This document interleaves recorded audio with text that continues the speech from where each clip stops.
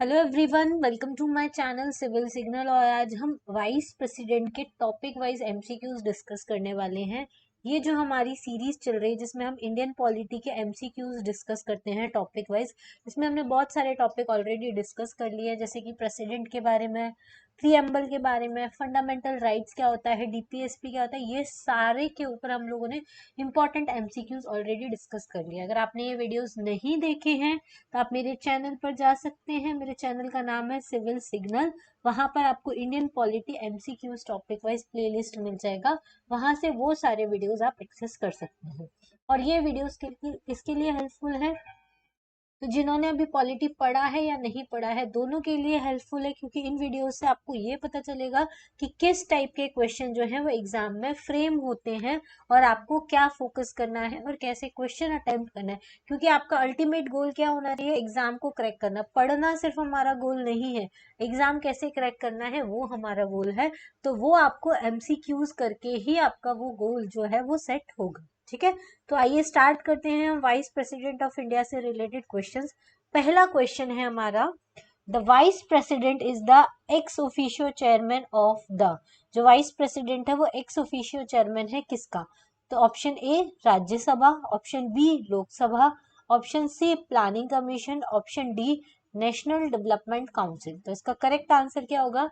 राज्यसभा, क्योंकि vice president जो होता है वो एक्स ऑफिशियो चेयरमैन होता है कहाँ का? राज्यसभा का, जो राज्यसभा को चेयर करता है। ठीक है, चलिए सेकंड नंबर का, in the case the president wishes to resign, to whom is he to address his resignation letter. मतलब कि क्वेश्चन पूछा गया है, अगर प्रेसिडेंट को रिजाइन करना होता है तो वो किसको एड्रेस करता है अपना resignation letter? Option A chief justice of India, option B secretary of Lok Sabha, option C vice president, option D prime minister. तो इसका करेक्ट आंसर क्या होगा? वाइस प्रेसिडेंट ऑफ इंडिया को देते हैं प्रेसिडेंट अपना रेजिग्नेशन लेटर। सेम, जब वाइस प्रेसिडेंट को रिजाइन करना होता है तो वो अपना लेटर किसको देते हैं? प्रेसिडेंट ऑफ इंडिया को देते हैं। दोनों आपस में एक दूसरे को रिजाइन करते हैं। Clear? Okay, question number 3, who held the office of the vice president of India for 2 consecutive term? कौन से वाइस प्रेसिडेंट है इंडिया के जिन्होंने 2 consecutive टर्म के लिए अपना ऑफिस होल्ड किया था? तो ऑप्शन ए है doctor Radha Krishnan, option D है M R Venkata Raman, option C है डॉक्टर शंकर दयाल शर्मा, और ऑप्शन डी है मिस्टर वीवी गिरी। तो इसका करेक्ट आंसर होगा डॉक्टर एस राधा कृष्णन। इन्होंने 2 consecutive टर्म के लिए अपना ऑफिस होल्ड किया था एज अ वाइस प्रेसिडेंट, और एज अ प्रेसिडेंट होल्ड किया था एक बार। ठीक है, इसके अलावा डॉक्टर राजेंद्र प्रसाद जो है उन्होंने भी 2 consecutive टर्म के लिए ऑफिस होल्ड किया था, लेकिन किसका? प्रेसिडेंट ऑफ इंडिया, इंडिया का। ठीक है, चलिए question number 4, consider the following statements. Following statements को कंसिडर कीजिए। पहला, no formal impeachment is required for the removal of the president. Second option है, सेकेंड स्टेटमेंट है, dispute regarding the election of vice president India is refer to the election commission. ठीक है, तो इसका कौन सा करेक्ट आंसर होगा? देखो, पहला ऑप्शन तो गलत है कि फॉर्मल इम्पीचमेंट रिक्वायर्ड नहीं होता है। दूसरा, कि वाइस प्रेसिडेंट के डिस्प्यूट का जो मैटर होता है वो इलेक्शन कमीशन ऑफ इंडिया को जाता है, ये सही है। अब क्वेश्चन में क्या पूछा है? कौन सा स्टेटमेंट करेक्ट है, नॉट करेक्ट नहीं पूछा है, करेक्ट पूछा है। तो इसका ऑप्शन क्या होगा? B option is the correct answer, only second is the correct answer. ठीक है, question number 5, the union executive of India consist of. Same question president वाले चैप्टर में भी था। इसके ऑप्शन है, पहला the president vice president and the council of minister only, ये सही है। दूसरा, president and council of minister, गलत। President vice president council of minister Lok Sabha speaker, नहीं। President prime minister deputy chairman of Rajya Sabha and Lok Sabha speaker, ये भी गलत है। तो करेक्ट ऑप्शन क्या है? ए option is the correct answer. ठीक है, चलिए question number 6, which one of the following statements regarding the vice president of India officiating as a president is correct? मतलब कि जो वाइस प्रेसिडेंट होता है वो एज अ प्रेसिडेंट वर्क करता है, तो कौन उसके रिगार्डिंग कौन सा स्टेटमेंट करेक्ट है? Option A, he shall continues to be the chairman of the council of state. तो ये गलत ऑप्शन है, क्योंकि वो जैसे ही प्रेसिडेंट बनता है वैसे ही चेयरमैन जो है उसकी पोस्ट उसकी चली उनकी उसकी राज्यसभा के चेयरमैन की तरह वो वर्क नहीं करते। Option B, he shall ceases to be the chairman of the council of state. ये सही है कि जैसे ही वो प्रेसिडेंट बनते हैं उनकी जो चेयरमैनशिप होती है काउंसिल ऑफ स्टेट की, मतलब राज्यसभा की, वो बंद हो जाती है थोड़े टाइम के लिए। C option, he shall nominate the next senior most member of the houses to be the chairman of the council of state. वो नहीं इलेक्ट करते, ठीक है, वो नॉमिनेट नहीं करते। या फिर नन ऑफ द अबव। तो इसका करेक्ट आंसर क्या होगा? B option is the correct answer. चलिए question number 7, consider the following statements. पहला स्टेटमेंट है the vice president is elected by the member of an electoral college consisting the member of both the houses of the parliament. ये correct option है। Vice president के election के लिए दोनों houses जो होते हैं पार्लियामेंट की, लोकसभा प्लस राज्यसभा, दोनों के मेंबर्स होते हैं। कौन कौन से? इलेक्टेड भी होते हैं, नॉमिनेटेड भी होते हैं। जबकि प्रेसिडेंट के इलेक्शन में हमने देखा था लोकसभा प्लस राज्यसभा के सिर्फ इलेक्टेड मेंबर्स होते हैं, नॉमिनेटेड नहीं होते हैं। लेकिन राज्यसभा ये वाइस प्रेसिडेंट के केस में दोनों के मेंबर्स होते हैं और इलेक्टेड प्लस नॉमिनेटेड दोनों मेंबर होते हैं। तो फर्स्ट स्टेटमेंट तो सही है। Second statement, when the vice president discharges the functions of the president, he would be entitled to the same emolument, allowance and the privileges to which the president if entitled under the constitution। तो इसका भी ये correct answer है। जब vice president की post पर आते हैं तो उनको वही सेम प्रिविलेजेस मिलते हैं जो प्रेसिडेंट ऑफ इंडिया को मिलते हैं, ठीक है। अच्छा, एक और चीज याद रखनी है, वाइस प्रेसिडेंट के इलेक्शन में स्टेट लेजिस्लेटिव असेंबली जो है वो पार्टिसिपेट नहीं करती हैं, सिर्फ लोकसभा और राज्यसभा के फुल मेंबर्स जो है वो पार्टिसिपेट करते हैं, ठीक है। तो इसका करेक्ट आंसर क्या होगा? देखो स्टेटमेंट क्या पूछा, करेक्ट कौन सा है, तो कौन से करेक्ट है? Both 1 and 2 are correct option.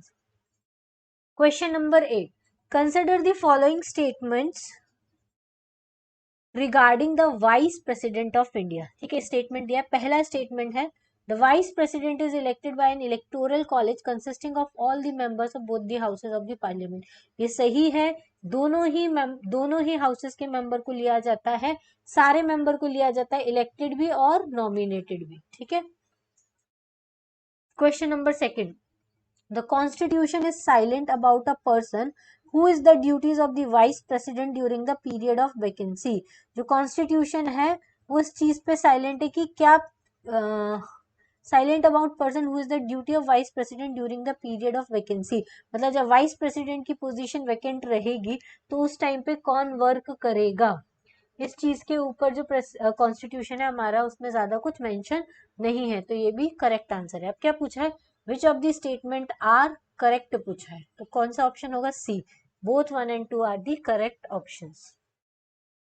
चलिए question number 9, which one of the following statement is not correct पूछा है। अब ठीक है, करेक्ट और नॉट करेक्ट जरूर मार्क कीजिएगा। कभी कभी तो नॉट की जगह सिर्फ इनकरेक्ट लिख दिया जाता है, तो उसमें बच्चे फिर भी जब एग्जाम का प्रेशर होता है ना तो करेक्ट नो इनकरेक्ट बहुत मुश्किल से लिखते हैं, ठीक है। तो ए ऑप्शन है the vice president of India can removed by simple, sorry ये ऑप्शन तो ये है, the vice president of India holds office for a period of 5 years। ये सही स्टेटमेंट है। Option B, the vice president of India can be remove by a single majority of votes passed in the Rajya Sabha only. ये गलत option है।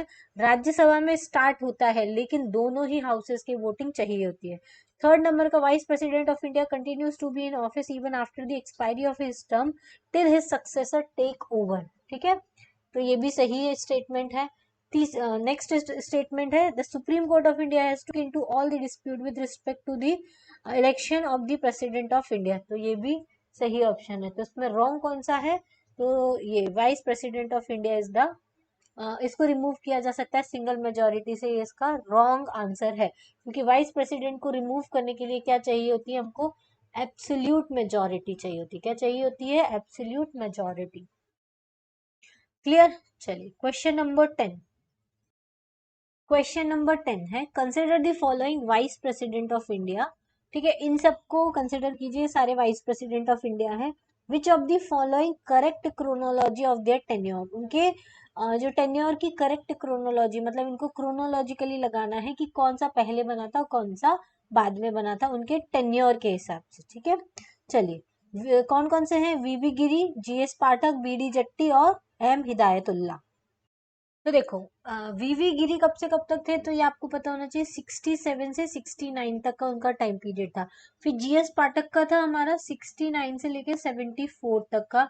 BD Jatti, इनका याद रखिएगा 74 से 79, ये जो थे वाइस प्रेसिडेंट थे किसके टाइम पर, इमरजेंसी के टाइम पर। हमारी कंट्री में इमरजेंसी कब लगी थी, 75 से 77 तक, तब तक ये वाइस प्रेसिडेंट थे। अच्छा, मैंने अगर आपने प्रेसिडेंट वाला लेक्चर देखा हो तो उसमें बताया था कि प्रेसिडेंट ऑफ इंडिया कौन रहे थे 75 से 77 के बीच में, मतलब इमरजेंसी के टाइम पे। वो आप मुझे कमेंट बॉक्स में जरूर बताइए। अगर नहीं देखा है तो आप सर्च करके बताइए या फिर वीडियो देखकर बताइए, लेकिन प्लीज कमेंट बॉक्स में कमेंट जरूर कीजिए, ठीक है।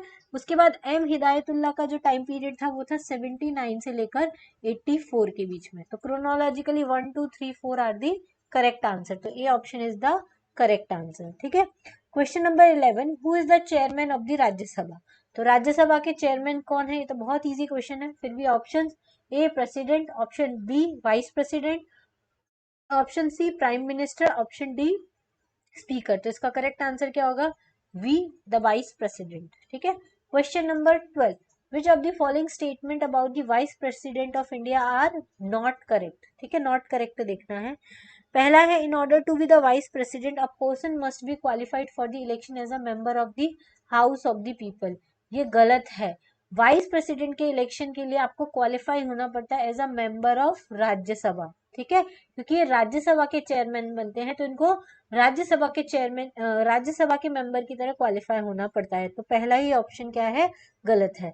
Second statement, a member of the state legislation can seek the election to that office, ठीक है। ये जो वाइस प्रेसिडेंट का इलेक्शन होता है उसमें स्टेट लेजिस्लेटिव असेंबली पार्टिसिपेट करती है क्या, तो नहीं करती है, सिर्फ लोकसभा और राज्यसभा के सारे मेंबर्स पार्टिसिपेट करते हैं। Third, the term of office of the president of India is same as that of the president of India, तो ये भी सही है। Question number option statement number 4, he can be remove through a formal impeachment, ठीक है, उसको formal impeachment के through remove किया जा सकता है, तो ये गलत ऑप्शन है, ठीक है। तो इसके करेक्ट क्वेश्चन क्या पूछा, चूज द करेक्ट स्टेटमेंट, ठीक है। तो करेक्ट स्टेटमेंट में कौन कौन सा है ऑप्शन में, एक सेकेंड, नॉट करेक्ट पूछा ना, हाँ देखो ये क्वेश्चन में बहुत ज्यादा घुमाया है, इन्होंने पूछा है नॉट करेक्ट कौन सा है, ठीक है। तो फर्स्ट एंड फोर्थ जो है वो नॉट करेक्ट है,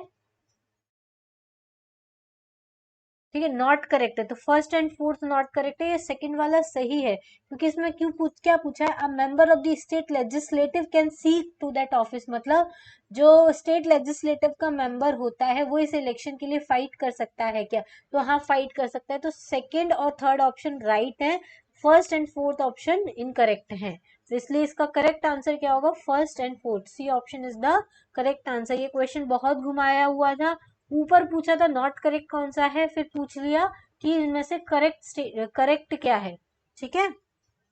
चलिए question number 13, the proposal relating to the dismissal of the vice president can be represented in, मतलब कि जो वाइस प्रेसिडेंट होता है उसके डिसमिसल का जो प्रपोजल होता है वो किस में दिया जाता है पहले, तो option A any house of the parliament, option B the Rajya Sabha, option C the Lok Sabha and option D is none of the above. तो इसका करेक्ट आंसर है बी द राज्यसभा, ठीक है। राज्यसभा में जो वाइस प्रेसिडेंट होता है उसका डिसमिसल के लिए प्रोसेस स्टार्ट किया जाता है, और राज्यसभा में एब्सोल्यूट मेजोरिटी से पास होने के बाद फिर लोकसभा में ये पास किया जाता है, सिंपल मेजोरिटी से भी पास किया जा सकता है, ठीक है। चलिए, लेकिन जो प्रेसिडेंट का होता है वो any house of the any house जो होता है पार्लियामेंट का वहां पे इनिशिएट किया जा सकता है, वे और 1/4 मेंबर जो है उस नोटिस को पहले साइन करते हैं, ठीक है। चलिए 14th नंबर का क्वेश्चन है, which of the following vice president was not appointed as the president of the country, ठीक है, कौन से ऐसे वाइस प्रेसिडेंट हैं जो अपॉइंट नहीं किए गए हैं ऐसा प्रेसिडेंट ऑफ द कंट्री। तो option A justice M Hidayatullah, तो ये तो हमने देखा प्रेसिडेंट भी थे वाइस प्रेसिडेंट भी थे। ऑप्शन बी है आर वेंकटरमन, तो ये प्रेसिडेंट भी थे वाइस प्रेसिडेंट भी थे। ऑप्शन सी है कृष्णकांत, ये से वाइस प्रेसिडेंट थे, ये प्रेसिडेंट नहीं थे। Doctor Zakir Hussain obviously president भी थे वाइस प्रेसिडेंट भी थे, इसका करेक्ट आंसर क्या होगा, सी ऑप्शन कृष्णकांत। क्लियर। चलिए क्वेश्चन नंबर 15, गलत है, question number 15, the resolution for removing the vice president of India can be moved in. Same question repeat हुआ है यूपीएससी में कि वाइस प्रेसिडेंट के रिमूवल का प्रोसेस किसमें स्टार्ट होता है। Option A Lok Sabha alone, option B either house of the parliament, option C joint sitting of the parliament, option D Rajya Sabha alone. तो राज्यसभा में ही पहले पास होता है, उसी के बाद कहाँ जाता है वो, लोकसभा में जाता है। नेक्स्ट क्वेश्चन है, who among the following have held the office of the vice president of India. इनमें से कौन है जिन्होंने ऑफिस होल्ड किया है वाइस प्रेसिडेंट ऑफ इंडिया का, ठीक है। तो ऑप्शन ए एम हिदायतुल्लाह ने तो किया है। फखरुद्दीन अली अहमद जो थे वो प्रेसिडेंट ऑफ इंडिया थे, वाइस प्रेसिडेंट ऑफ इंडिया नहीं थे। ऐसे ही नीलम संजीवा रेड्डी भी सिर्फ प्रेसिडेंट ऑफ इंडिया थे, वाइस प्रेसिडेंट ऑफ इंडिया नहीं थे।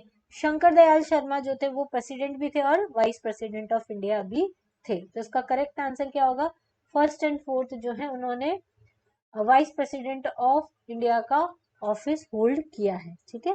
तो 16th is the D, B option is the correct answer, ठीक है। तो ये यूपीएससी के क्वेश्चन है 2004 और 2008 के। चलिए, यही वाइस प्रेसिडेंट से रिलेटेड जितने क्वेश्चंस बनते हैं वो मैंने आपको डिटेल में बता दिए हैं। अच्छा, इसके बाद अगर आपको ये वीडियो पसंद आता है तो प्लीज लाइक कीजिए, अपने फ्रेंड्स के साथ शेयर कीजिए, और अगर आपको ये वीडियो अच्छा लगता है तो रेगुलर नोटिफिकेशन के लिए चैनल को सब्सक्राइब जरूर कीजिएगा। इसके अलावा आपको Tamil Nadu class 11th and 12th की हिस्ट्री करना है विथ मैप प्रैक्टिस, तो मैंने पूरे वीडियोस अपलोड किए हैं, आप वो देख सकते हैं। पॉलिटी की रिवीजन सीरीज, अगर आपको पॉलिटी रिवाइज करना है तो बहुत ही कम ड्यूरेशन में बहुत अच्छे अच्छे शॉर्ट रिवीजन वीडियोस मैंने डाले हैं, वो भी आप देख सकते हैं, ठीक है। तो आज के लिए इतना ही। Thank you, thanks for watching. और अगर एक और इम्पॉर्टेंट अनाउंसमेंट है, जो बच्चे एमपीपीएससी प्रीलिम्स की तैयारी कर रहे हैं उनके लिए मैंने 30 डेज की स्ट्रैटेजी डे वाइज टारगेट करके एक सीरीज चल रही है, आप वो भी ज्वाइन कर सकते हैं मेरे ही चैनल, ठीक है। चलिए, आज के लिए इतना ही। Thank you, thanks for watching, have a nice day and good luck for your exam.